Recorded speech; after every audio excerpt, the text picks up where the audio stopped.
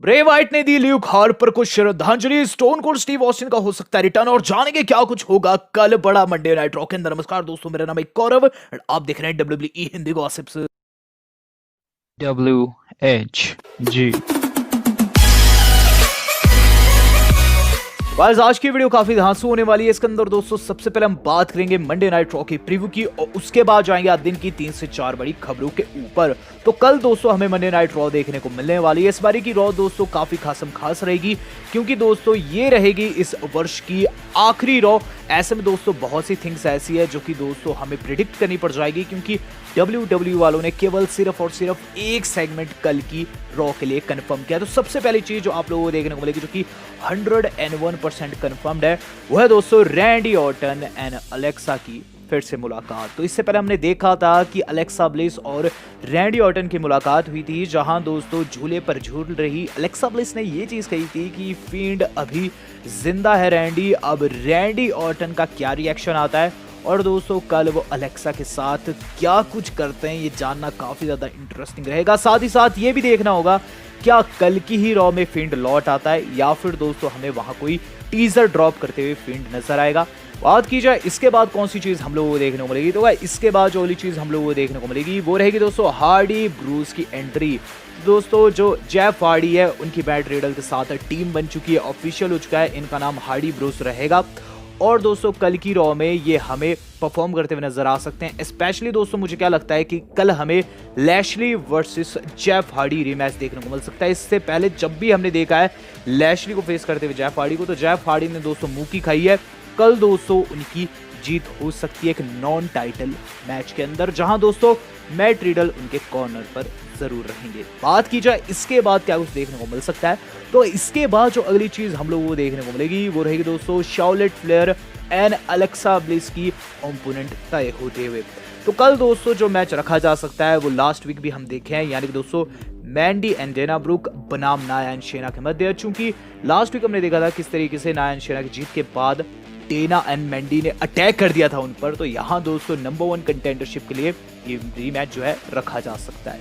बात की जाए दोस्तों इसके बाद हमें क्या कुछ देखने को मिलने वाला है, तो इसके बाद हमें जैक्सन राइकर फिर से एक्शन में देखने को मिल सकते हैं। तो फिर से एक्शन में इसलिए देखने को मिलेंगे क्योंकि दोस्तों जैसा WWE बुक कर रही है उन्हें लग रहा है दोस्तों कि WWE उन्हें एक ह्यूज सुपरस्टार में बदलना चाहती है और दोस्तों अलायंस के खिलाफ इन फ्यूचर वो हमें बगावत करते हुए नजर आ सकते हैं। लेकिन अभी दोस्तों टाइम है उन्हें एक बढ़िया पुश देने का। लास्ट वीक दोस्तों लूचा हाउस पार्टी के एक मेंबर को पीटे थे, इस हफ्ते दूसरे मेंबर को वो यहाँ पीट सकते हैं। बात की जाए दोस्तों अब main event of the evening की, तो guys main event of the evening जो कि कल की रॉ का रहेगा, जो कि दोस्तों प्रीटी मच मुझे कंफर्म लग रहा है, वो दोस्तों शेमस वर्सेस कीथ ली, जहां दोस्तों ड्रू मैकिंटायर इस मैच को देखेंगे कमेंट्री टेबल के ऊपर बैठ के। तो गाइस बात की जाए क्यों ये मैच बनेगा, तो हमने देखा था किस तरीके से जो रॉ है उसके खत्म होने से पहले जो कीथ लिए उन पर शेमस धावा बोल गए थे, उन्होंने ब्रो किक मारी थी जो कि दोस्तों एक चीप अटैक था। यहाँ दोस्तों हमें इन दोनों की फाइट देखने को मिल सकती है जिसमें ज्यादा इंटरेस्टिंग थिंग ये रहेगी कि हमारे जो ड्रू मैकिंटायर कैसा रिएक्ट करते हैं क्योंकि दोनों ही उनके काफी अच्छे मित्र हैं। अब देखते हैं दोस्तों क्या कुछ वहां घटित होता है। हम चलते हैं आज के इस वीडियो के सेकंड टॉपिक के ऊपर, यानी कि आज की अपनी खबरों के ऊपर। तो गाइस सबसे पहली खबर जो आज की हमारी जुड़ी हुई है वो जुड़ी है दोस्तों ब्रोडी ली उर्फ ल्यूक हार्पर से। तो गाइस दो बड़ी स्टोरीज निकल कर आ रही है। सबसे पहली स्टोरी जो जुड़ी है वो जुड़ी है दोस्तों हमारे ब्रे वाइट से। तो ब्रे वाइट ने दोस्तों काफी बढ़िया श्रद्धांजलि दे दी है ब्रोडी ली को और ये चीज़ दोस्तों काफ़ी हर्ट मेल्टिंग है क्योंकि इससे पहले जितने भी सुपरस्टार्स ने उन्हें श्रद्धांजलि दी वो डायरेक्ट उनके कनेक्शन में नहीं थे। जितना दोस्तों हमने देखा है ल्यूक हार्पर जब भी ब्रे वाइट किसी मुश्किल में पड़ते, जब भी दोस्तों किसी पीपीवी के अंदर उनकी पिटाई होती तो वहाँ किसी न किसी तरीके से उनकी मदद करने पहुँच जाया करते थे। क्या चीज़ लिखे है ब्रे वाइट ये चीज़ लिखे हैं कि तुम मेरे बेस्ट फ्रेंड थे, मेरे पार्टनर थे और मेरे पैरी भी थे। इसके बाद दोस्तों वो क्या चीज़ कहते हैं, वो ये चीज़ कहते हैं कि हमने वादा किया था कि हम गेम चेंज करेंगे क्योंकि थिंग्स उस तरीके से नहीं जा पा रही थी जिस तरीके से हम चाहते थे। मुझे बहुत बुरा लग रहा है क्योंकि मैं नहीं जानता था कि आखिरी वक्त में मैं तुम्हें आखिरी बार गुड बाय भी नहीं कह पाऊँगा। एंड कहते हैं कि आज शनिवार है एंड तुम जानते हो इसका मतलब क्या है, जब भी मैं ऊपर आऊँगा, मुझे ये थिंक चाहिए तुमसे कि तुम मेरे लिए एक सीट अपने साइड में खाली छोड़ रखो। Goodbye, I love you. तो यहाँ दोस्तों जो ब्रे वाइट है काफ़ी ज़्यादा गमगीन दिखे हैं। ब्रे वाइट ही दोस्तों वो व्यक्ति थे जो इंट्रोड्यूस कराए थे हमें NXT में सबसे पहले ल्यूक हार्पर से।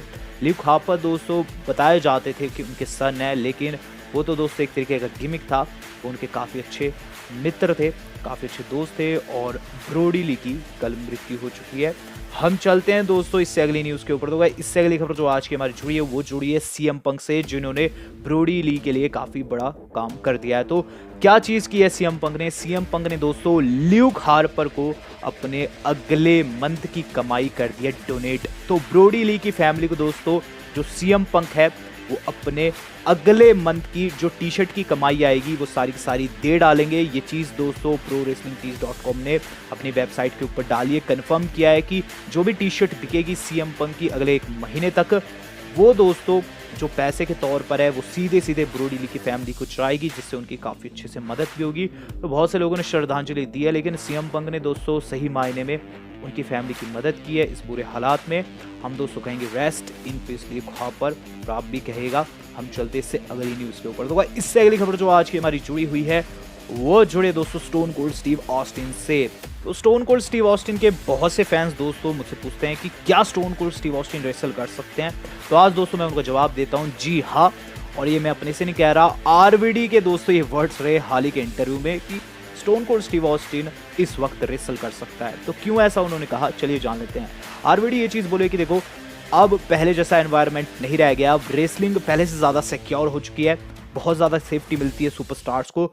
और स्टोन कोल्ड स्टीव ऑस्टिन जो कि रेसलिंग से रिटायर हो चुका है, जिसे एक इंजरी आई थी गर्दन पे, वो अब आसानी से रिटर्न करके फाइट दे सकता है, क्योंकि अब ज़्यादा रिस्क नहीं रहा है। मैंने कई 70 साल के बूढ़े रेसलर्स को फाइट करते हुए देखा है और उसकी उम्र तो 70 से कम है। यहाँ दोस्तों RVD ने तर्क ये भी दिया है कि हाँ stone cold Steve Austin return तो कर सकता है, लेकिन उसके पास वजह नहीं है, क्योंकि उसने बहुत सारा पैसा छाप लिया है। अब देखते हैं दोस्तों स्टोन कोल्ड स्टीव ऑस्टिन इस पर क्या कहते हैं, क्या वाकई में रिटर्न कर देंगे नहीं। हम चलते हैं दोस्तों आज की अपनी मेन खबर के ऊपर। तो गाइस मेन खबर जो आज की हमारी जुड़ी हुई है वो जुड़ी है दोस्तों the tribal chief Roman Reigns और केविन ओवेंस की राइवलरी से। तो पॉल हेमन ने दोस्तों दे दी है केविन ओवेंस को फिर से धमकी, या फिर कह लीजिए फिर से कर दी उनकी बेइज्जती। तो पॉल हेमन दोस्तों टॉकिंग स्मैक में दिखाई दिए थे, जहां दोस्तों उन्होंने केविन ओवेंस पर कुछ ऐसे शॉट्स लिए जो कि काफी ह्यूज है, या फिर कह सकते हैं काफी ज्यादा ब्रूटल है। उन्होंने केविन ओवेंस की फैमिली को फिर से मेंशन कर दिया है। तो क्या चीज़ बोले पॉल हेमन ये चीज़ बोले कि कुत्तों की रेस में तुम जीतोगे ये तुम्हारा भ्रम है।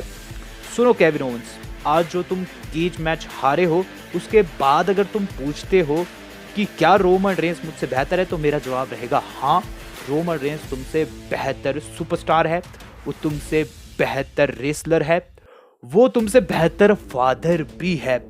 और सुनो जो रोमन है वो सिर्फ स्मैकडाउन का चैंपियन नहीं है, वो रॉ का भी है, NXT का भी है, हर एक जगह का है जिसे तुम सोच सकते हो। तो यहाँ दोस्तों केविन ओवेंस को पॉल हेमन ने बहुत कुछ कह दिया और फिर से दोस्तों उनकी फैमिली को मेंशन किया है, उन्हें एक पूरा फादर बताया। अब देखते हैं दोस्तों क्या कुछ केविन ओवेंस करते हैं अगली स्मैकडाउन में। वीडियो आज की इतनी सी पसंद है, वीडियो को लाइक एंड शेयर जरूर कीजिएगा। वीडियो के अंत से पहले थैंक्स फॉर मेंबर्स, आज तक के लिए इतना ही, धन्यवाद, शपथ है।